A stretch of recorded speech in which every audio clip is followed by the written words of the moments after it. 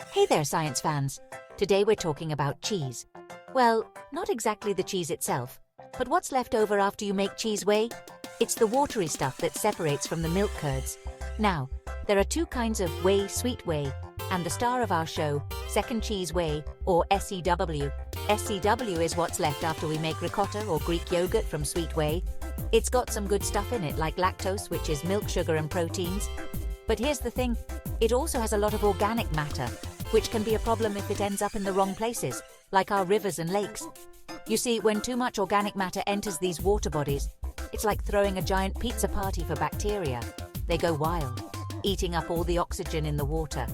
This is bad news for fish and other aquatic life who need that oxygen to breathe. Now you might be thinking, can't we just pour the SCW down the drain? Not so fast. Remember all that organic matter?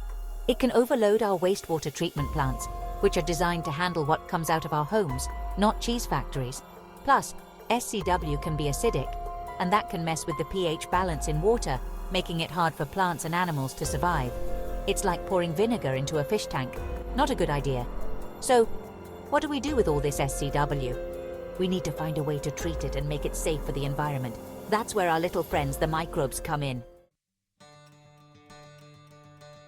Just like we use bacteria to make yogurt and cheese, we can use them to clean up SCW. This is called biological treatment. In a nutshell, we give these helpful microbes a cozy place to live and a steady diet of SCW. They break down the organic matter in the whey, much like they break down food in our stomachs. This process reduces the environmental impact of SCW and keeps our water clean. Two of the most common ways to do this are with suspended growth reactors and attached growth reactors. Think of them as different types of apartments for our microscopic cleaning crew. Section 4. Suspended growth reactors, a whaley good soup. Imagine a big tank filled with SCW. Now, imagine billions of tiny bacteria happily swimming around in this soup, munching away at the organic matter. That's a suspended growth reactor. We pump air into the tank to give our little buddies the oxygen they need to do their job. Scientists have been experimenting with these reactors to find the perfect recipe for treating SCW. They test different concentrations of whey, from a little bit to a whole lot, to see how much the bacteria can handle. The goal is to find the sweet spot where the bacteria thrive and the SCW gets cleaned up efficiently. Section 5. Attached growth reactors, tiny apartments for big cleanup crews.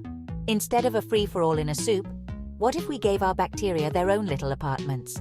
That's the idea behind attached growth reactors. These reactors have surfaces inside, kind of like packing peanuts, where the bacteria can attach themselves and form a sticky film called a biofilm. The SCW flows over these biofilms and the bacteria go to town, breaking down the organic matter. This method has some advantages. The biofilms are like little self-cleaning filters, and the bacteria are more resistant to changes in the SCW, like sudden increases in acidity. Section 6. Promising results and a cleaner future. So how well do these methods work? The results are in, and they're looking good. Lab and pilot-scale experiments show that both suspended and attached growth reactors can effectively remove organic matter from SCW. We're talking about degradation rates of up to 90% or more. That's like taking a giant dumpster full of trash and shrinking it down to the size of a small garbage can. Of course, the efficiency of the treatment depends on a few factors, like the type of reactor, the concentration of whey, and the environmental conditions, such as temperature and pH.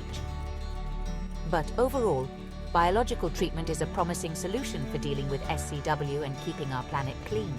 By harnessing the power of these microscopic helpers, we can turn a waste product into a valuable resource and ensure a sustainable future for cheese lovers everywhere. Remember, every little bit helps, so let's all do our part to keep our planet cheesy and clean.